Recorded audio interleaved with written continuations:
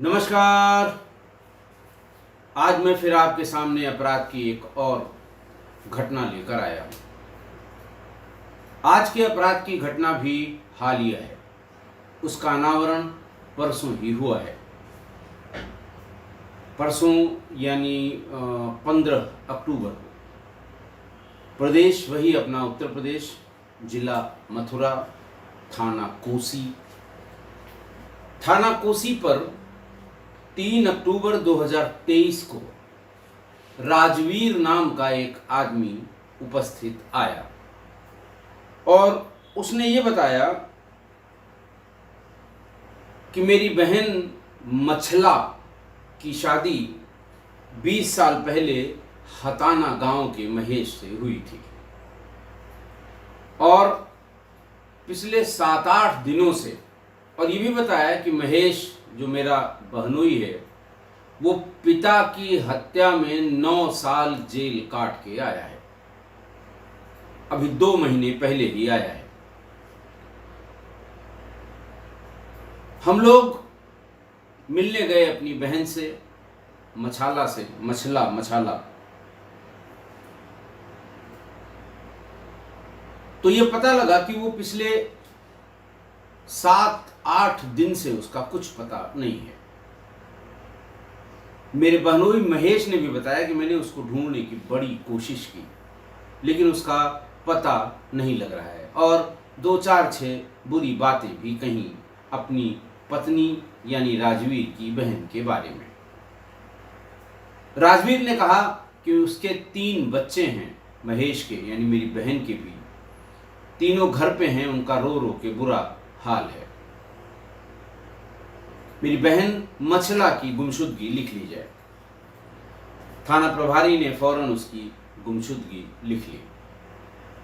Police ने अपने स्तर से जो फोटो मिली थी उसका भी प्रचार प्रसार किया, इश्तहार बनवाया, सब जगह सार्वजनिक स्थानों पर लगवाया। जो एसओपी है गुमशुदा लोगों के बारे में, डिस्ट्रिक्ट कंट्रोल रूम को बताना, रेंज कंट्रोल रूम को बताना, जोन कंट्रोल रूम को बताना, सभी जिलों में सीक्यू करके बताना कि इस तरह की एक महिला गायब हुई है, लेकिन उसका कुछ पता नहीं लगा। राजवीर बराबर थाने से टेलीफोन के जरिए और वैसे भी ये पता लगाने की कोशिश करता रहा कि क्या मेरी बहन मछला के बारे में कोई सूचना मिली है। 14 अक्टूबर को राजवीर फिर थाने पर पहुंचा।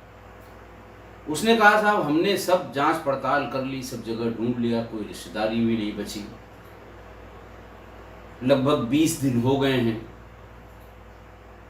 और हमें अब ये बहुत ही स्पष्ट बात पता लगी है कि मेरे बहनोई महेश ने ही मेरी बहन मछला को गायब कर दिया, कहीं मार के उसे फेंक दिया, उसकी हत्या कर दी। उसकी इस सूचना पर थानाध्यक्ष कोसी ने महेश पर हत्या का मुकदमा लिख दिया। मतलब एक हत्या का मुकदमा लिखा जिसमें बइस्तबा महेश को लिखाया गया, जो उसकी बहन मछला के पति थे। महेश को बुलाया गया, 14 तारीख को ये मुकदमा लिखा, 14 अक्टूबर को लिखा गया। 15 तारीख को पुलिस ने ढूंढना शुरू किया। पकड़ा गया तो उसने कहा कि साहब मैंने ही मार दिया उसको और 3 टुकड़े करके नहर में उसे बहा दिया।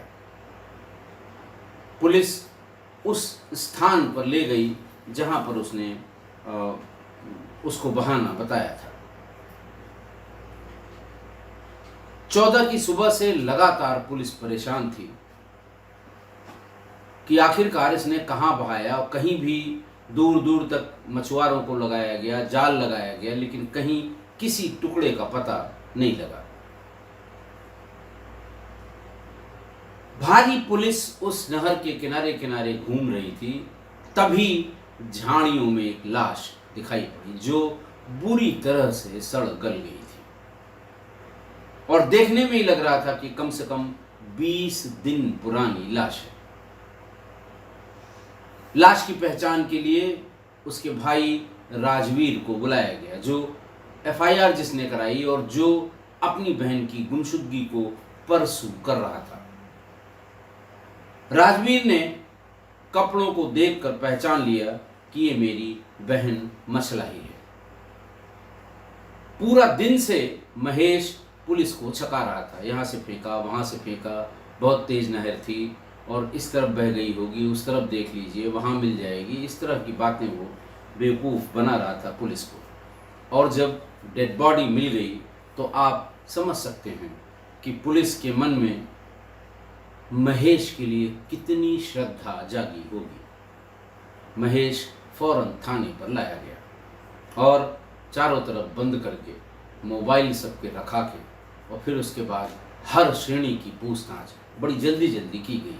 पूरा सांस्कृतिक कार्यक्रम हुआ और बहुत देर तक पुलिस के सांस्कृतिक कार्यक्रम को बर्दाश्त नहीं कर पाया महेश और फिर उसने पूरी बात बताई।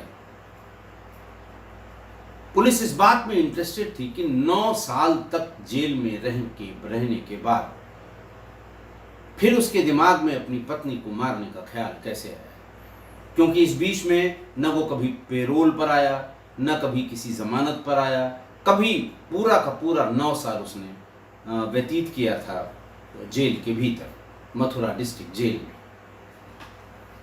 उसने फिर अपना किस्सा कहानी बताना शुरू किया कि 20 साल पहले भरना कला की रहने वाली जो मसला थी उससे मेरी शादी हुई। उसके बाद थोड़े ही दिनों बाद 20 साल पहले शादी हुई और शादी के 2 साल बाद ये 3 भाई थे महेश, 2 भाई छोटे थे। उन दोनों भाइयों से किसी छोटी मोटी बात पर तकरार हो गई। रात में इसने दोनों की हत्या कर दी।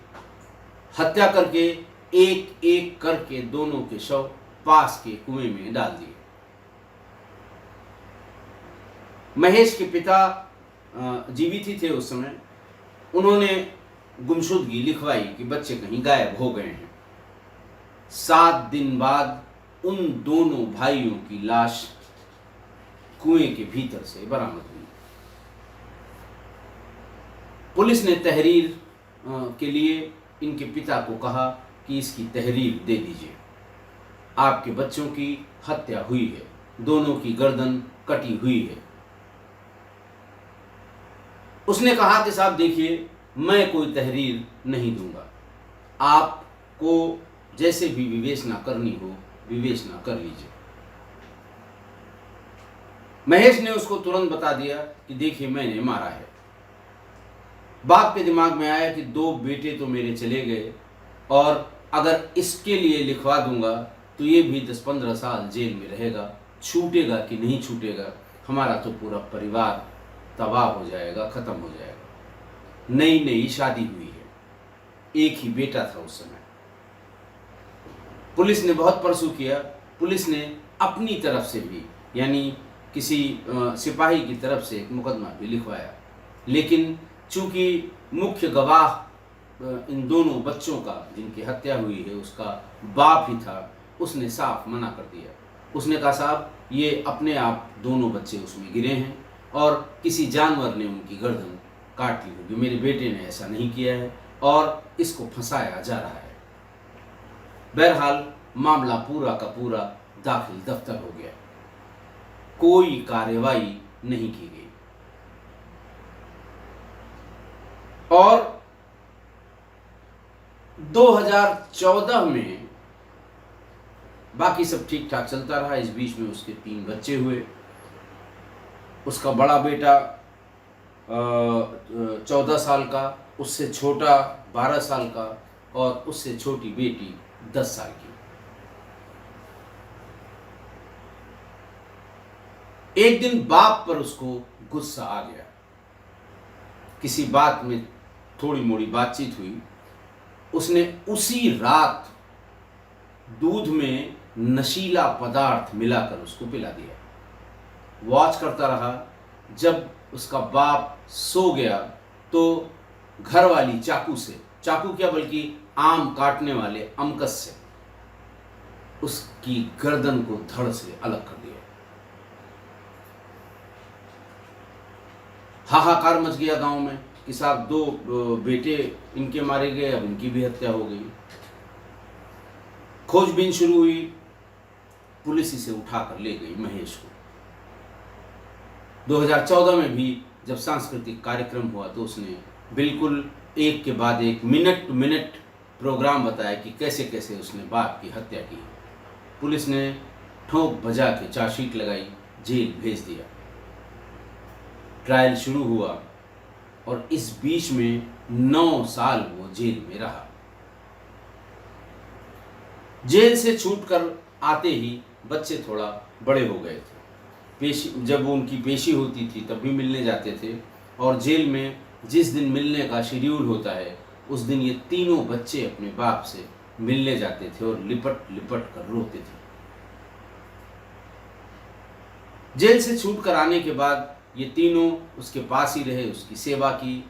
पत्नी ने, मछला ने, जो उसके पसंद का खाना था वो खाना बनाया। जितनी सेवा वो कर सकती थी उतनी सेवा करती रही, लेकिन अपराधी अपराधी।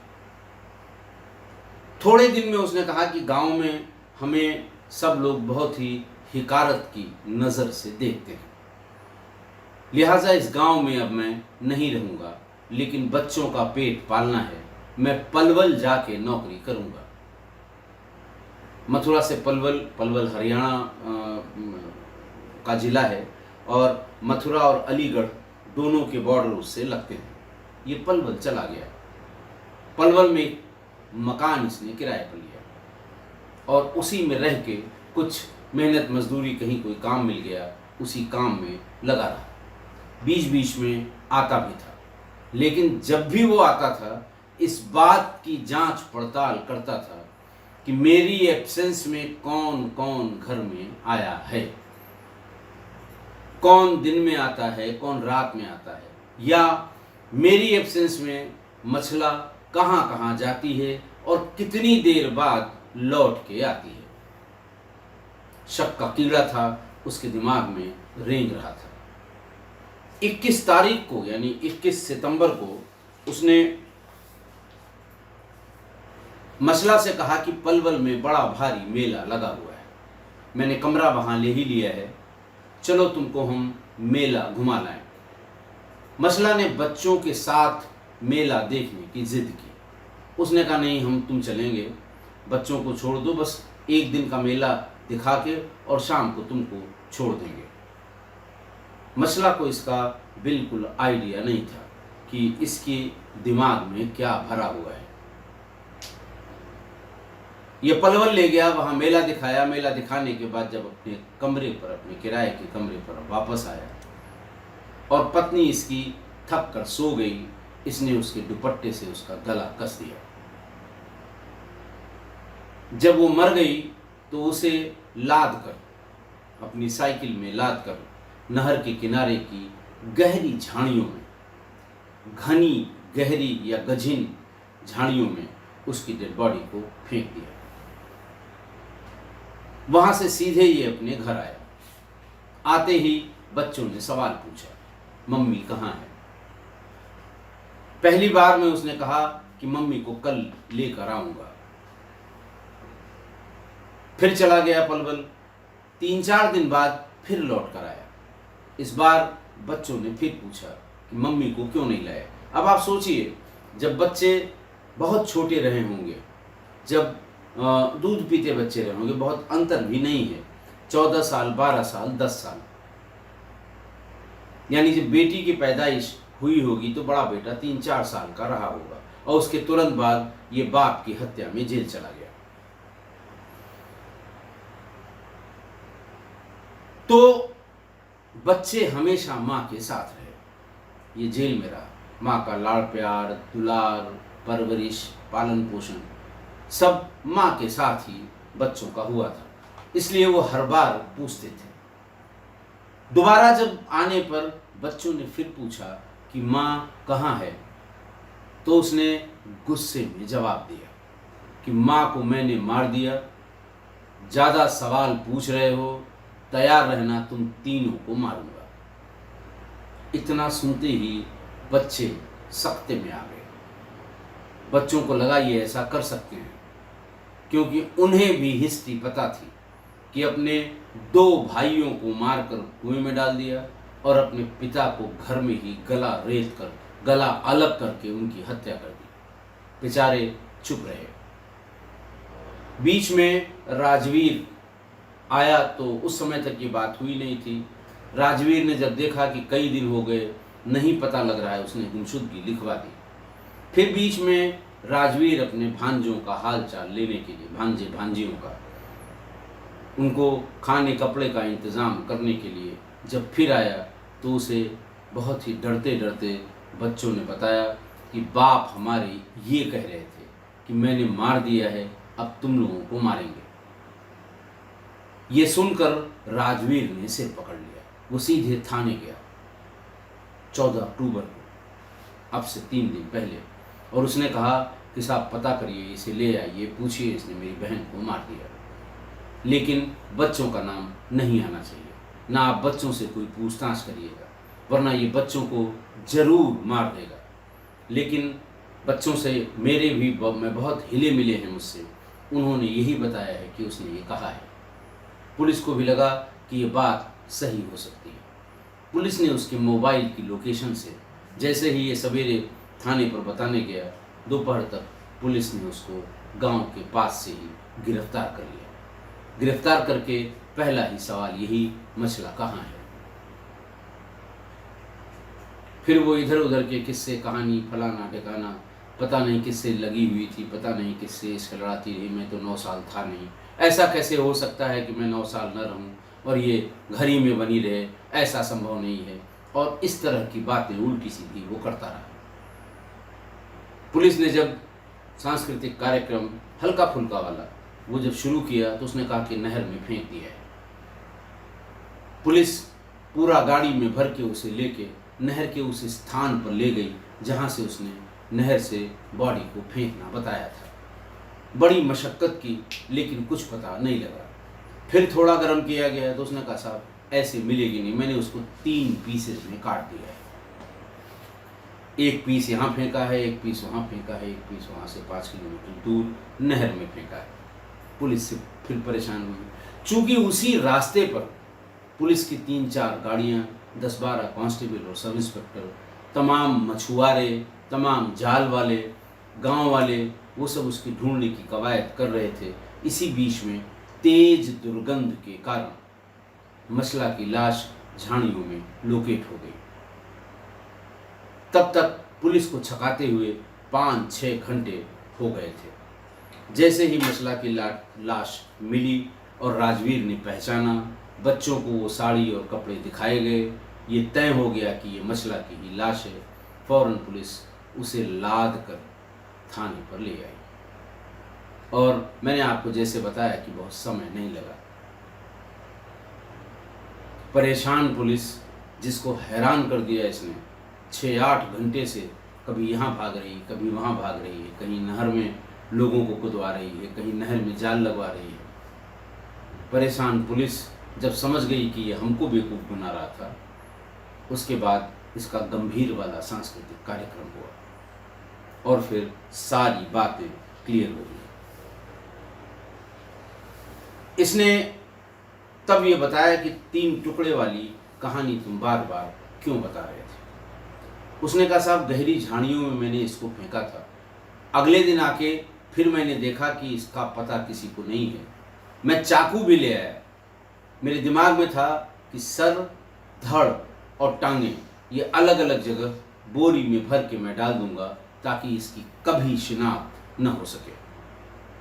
लेकिन जब भी मैं झाड़ियों के भीतर घुसने की कोशिश करता था, कोई न कोई आ जाता था। ऐसा मैंने 3 दिन तक कोशिश की। चौथे दिन जब बॉडी में से बदबू आने लगी तो मुझे लगा कि अब आज ही कल में कोई न कोई इसको लोकेट कर लेगा, अब यहाँ पर आना खतरे से खाली नहीं है। तब मैं वहाँ से वापस चला आया। घर पर बच्चों से हुई बात के बारे में भी बताया कि बच्चे चूँकि माँ के साथ इतने दिनों से लगातार रह रहे हैं, इसलिए वो बार बार माँ के बारे में पूछते थे। और मुझे इरिटेशन होती थी। 2-4 दिन अगर और पुलिस न पकड़ती, मैं इन तीनों को भी मार देता। ये सुनते ही थाने पर कोसी के इंस्पेक्टर और बाकी सब लोग इनके पैरों तले जमीन खिसक गई और इन्हें भी यकीन हो गया कि अगर ये पकड़ा न जाता तो ये जरूर अपने बच्चों की भी हत्या कर देता। यानी अब आप जोड़ लीजिए कि 18 साल में 4 लोगों की हत्या की इसने, 9 साल जेल में भी रहा, लेकिन कोई फर्क नहीं पड़ा। पुलिस ने आज इसको कल बल्कि गिरफ्तार करके जेल भेज दिया। गिरफ्तार करके पहले मजिस्ट्रेट के सामने प्रस्तुत किया, फिर इसको जुडिशियल रिमांड बनाकर मथुरा डिस्ट्रिक्ट जेल में दाखिल कर दिया गया। आज की घटना, जिस बाप ने अपने बड़े बेटे को जेल जाने से बचाया, जबकि उसके 2 छोटे बेटों की हत्या इसी बड़े बेटे ने की थी। अपना भविष्य सोच के कि वो 2 तो चले ही गए, ये भी चला जाएगा, इसकी पत्नी का क्या होगा, एक छोटे बच्चे का क्या होगा, मेरा क्या होगा, लिहाजा हम कोई शिकायत नहीं करेंगे। मामला सब रफा दफा हो गया, लेकिन इस शख्स ने अपने बाप को भी नहीं बख्शा, उसकी भी गर्दन धड़ से अलग कर दी। इस बार पूरा गांव एक हुआ। मसला के भाइयों ने मुकदमा लिखवाया, 9 साल तक जेल में रहा। अब तो जेल को जेल भी नहीं कहा जाता, इसे सुधार गृह कहा जाता है। ये माना जाता है कि अगर कोई जेल भेजा गया है तो रिफॉर्म के लिए भेजा गया है, उसे सजा के लिए बिल्कुल नहीं भेजा गया है। इसीलिए जो आईपीसी, सीआरपीसी और एविडेंस एक्ट में जो बदलाव किए गए हैं, उनकी भूमिका में ही लिखा है कि पहले ये तीनों कानून अंग्रेजों के ज़माने में बने थे, जो पनिशमेंट ओरिएंटेड थे, दंड के लिए बनाए गए थे, और अब इनमें जो सुधार किया गया है वो न्याय के लिए इनकॉर्पोरेट किए गए हैं, चेंजेस किए गए हैं कि लोगों को न्याय मिले।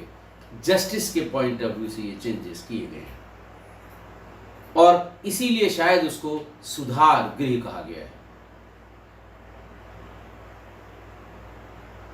जिले का नाम और सुधार गृह, लेकिन 9 साल बाद उस सुधार गृह से बाहर आने के बाद भी उसमें जरा सा भी सुधार नहीं हुआ। बाहर आते ही पत्नी और बच्चों ने कितना इसका दिल से स्वागत किया था, कितना लिपट लिपट कर रोए थे। इसके पसंद का पूरा खाना मसला ने यानी इसकी पत्नी ने बनाया था। बच्चे रात भर इसी के पास सोए थे, पर अपराधी तो अपराधी, मानसिकता भी अपराधी, अपराधी वो भी साइको अपराधी। उसने आते ही पहले पत्नी पर शक करना शुरू किया कि ऐसा कैसे हो सकता है कि ये 9 साल बिना मेरे घर में रही हो, किसी न किसी से इसके संबंध जरूर रहे होंगे, इसने जरूर किसी न किसी से संबंध बनाया होगा। अब आपस में क्या बात हुई वो तो बेचारी चली गई दुनिया से, वो क्या बताएगी, लेकिन जरूर इस तरह की बात हुई, क्योंकि वो बच्चों से बराबर ये पूछता था कि कौन कौन आता था, दिन में कौन आता था, रात में कौन आता था, रात में कौन कौन रुकता था, मम्मी तुम्हारी कब तुम लोगों को छोड़ के बाहर जाती थी, कितने दिन में लौट के आती थी। बस यही सवाल उन बच्चों से, और बच्चे भी बार बार बताते थे कि कोई नहीं आता था। सब जानते थे कि बाप बच्चों का जेल में है, हम लोगों से थोड़ी सी दूरी बनाकर रखते थे, केवल ननिहाल से लोग आते थे। वही हम लोगों के लिए राशन, पानी, कपड़ों का इंतज़ाम करते थे। तीज त्यौहार में वही खाने पीने के लिए अलग से कुछ दे जाते थे, कपड़े भी दे जाते थे। लेकिन उसे यही धुन सवार थी कि कोई न कोई जरूर आता रहा होगा। उसने अपने इस शक को कार्रवाई में यानी उसको एक्शन में बदलने के लिए प्लान किया कि पलवल ले चलेंगे, मेले के बहाने चलेंगे, चलने को चल देगी, वहाँ पहुँचेगी, इसको मार देंगे। और उस प्लान को एग्जीक्यूट भी बहुत ही परफेक्टली कर दिया उसने। 9 साल जेल में रहा है, संगी साथी सब अपराधी ही रहे होंगे, अपना अपना किस्सा कहानी बताते रहे होंगे, वही इसके दिमाग में बसा, रचा बसा हुआ था। और जब मार के वहां से लौटा, बच्चे बार बार पूछते थे कि मम्मी कहाँ हैं, मम्मी क्यों नहीं आई। तो उसने तीसरी बार ये कह दिया कि मम्मी को मैंने मार दिया, तुम लोग भी तैयार रहो, तुम्हें भी जान से मार दूंगा। बेचारे अपरिपक्व, छोटे, नाबालिग, मासूम बच्चे, उनकी हिम्मत नहीं पड़ी कि वो किसी से इसके बारे में बता भी सके। जब कई दिन हो गए और मामा हालचाल लेने के लिए आया कि कुछ पता लगा, आया हो, किसी ने बताया हो, तो बड़े वाले बेटे ने, बड़े वाले भांजे ने चुपचाप कान में ये बता दिया कि हमारे पापा यानी महेश ये बात कह रहे थे। और वो सीधे भाग कर थाने पर गया और उसने अपने बहनोई के खिलाफ हत्या का 22 तबा मुकदमा लिखवा दिया। मतलब ऐसे मानसिक अपराधी को कोई सुधार गृह नहीं सुधार सकता। 9 के बजाय ये 18 साल भी रहा होता तो भी बाहर निकलकर वही करता जो इसने किया है। अब जो यक्ष प्रश्न है ये गया। हो सकता है जेल में मिले हुए अपराधी जिनकी सेवा शुश्रूषा इसने की हो, इसकी 2-4 साल में जमानत करा लें, या फिर हो सकता है इसे कुछ सजा मिले, सजा काट के ये बाहर आए। लेकिन जब भी ये बाहर आए, बच्चे चाहे कितने बड़े हो गए हों, चाहे सबकी शादी हो गई हो, लेकिन इससे दूर रखना होगा। ये जिम्मेदारी, और तो कोई समाज तो कभी सवाल ही नहीं कि ऐसी जिम्मेदारियों का निर्वहन करे, लेकिन कम से कम ननिहाल के लोग ये बहुत गौर करके और बहुत ध्यान रख के कि अगर ये कभी भविष्य में आता है तो बच्चों पर, हम कहते हैं दोनों बच्चों की मान लिया शादी हो गई, बच्चे हैं, उनकी पत्नियां हैं, उनको हो सकता है छोटे बच्चे भी हो गए हैं, किसी पर भी इस आदमी की परछाई नहीं पड़नी चाहिए। इसको हमेशा घर वालों से दूर रखना होगा, क्योंकि ये ऐसा अपराधी है कि बाहर आने के बाद भीतर से मिले हुए ज्ञान का ये जरूर कहीं न कहीं इस्तेमाल करेगा, जरूर किसी न किसी पर वार करेगा। बेटी सबसे सॉफ्ट टारगेट होगी कि हम इतने दिन बाहर रहे, जरूर इसने कुछ न कुछ ऐसा किया होगा जिसकी वजह से हम समाज में मुंह नहीं दिखा पाएंगे और उसको मार दें। इसलिए ननिहाल वालों को ये हृदय कड़ा करके अगर ये छूट कर कभी आता है तो इसकी परछाई भी नहीं पड़नी चाहिए बच्चों पर। वैसे तो अब सुधार गृह यानी जेल के बारे में ये कॉमन बिलीफ है कि इतने दिन जेल का कष्ट कोई मामूली कष्ट नहीं होता, कि जेल का 9 साल कष्ट झेलने के बाद आदमी जरूर सुधर जाता है, जरूर उसमें हृदय परिवर्तन होता है, जरूर उसमें सोचने समझने की जो शक्ति होती है वो क्षीण होती है, गलत या बुरा सोचने समझने की। लेकिन फिर भी जब वो आया था लौट के, तो उसे कुछ दिन के लिए बच्चों से और पत्नी से दूर रखना चाहिए था। ननिहाल वालों को भी घर आके कुछ दिन के लिए रुकना चाहिए था। मैं आपको एक अपनी समझ और एक्सपीरियंस की बात बताता हूँ कि जेल से आने के बाद किसी भी पुरुष या महिला को देखिए, डाउरी डेथ में तमाम महिलाएं, कोई 6 साल से, कोई 7 साल से, कोई 8 साल से जेल में हैं। लड़कियां हैं जो वहीं बेचारी बूढ़ी हो जाती हैं जेल में रहते रहते। एकाकी जीवन उनका, आसपास केवल अपराधियों से जान पहचान, रोजाना की बातें सिर्फ उन्हीं लोगों से जो किसी न किसी अपराध में बंद हैं। उनकी मानसिकता को कम से कम 6 महीने रीड करना चाहिए। महिला हो या पुरुष हो, अगर जेल से छूट कर आती हैं या आते हैं तो 6 महीने तक उनको सबसे दूर रखकर उनकी मानसिकता को पढ़ने की कोशिश करनी चाहिए कि ऐसा तो नहीं है कि इनके दिमाग में कोई चीज़ ऐसी भरी हुई हो जिसको लेकर वो किसी के ऊपर कोई दुर्व्यवहार करें। 6 महीने का समय ऐसा है कि अगर उनके दिमाग में कुछ इस तरह की बात होगी तो पता लग जाएगा, और जब पता लग जाए तब उन्हें जरूर दूर रखना होगा बाकी के घर वालों से। 6 महीने बाद ही उनको बाकी के परिवार से घुलने मिलने की इजाज़त होनी चाहिए। आशा है आप मेरी इस बात से सहमत होंगे। आज के लिए इतना ही। बहुत बहुत धन्यवाद।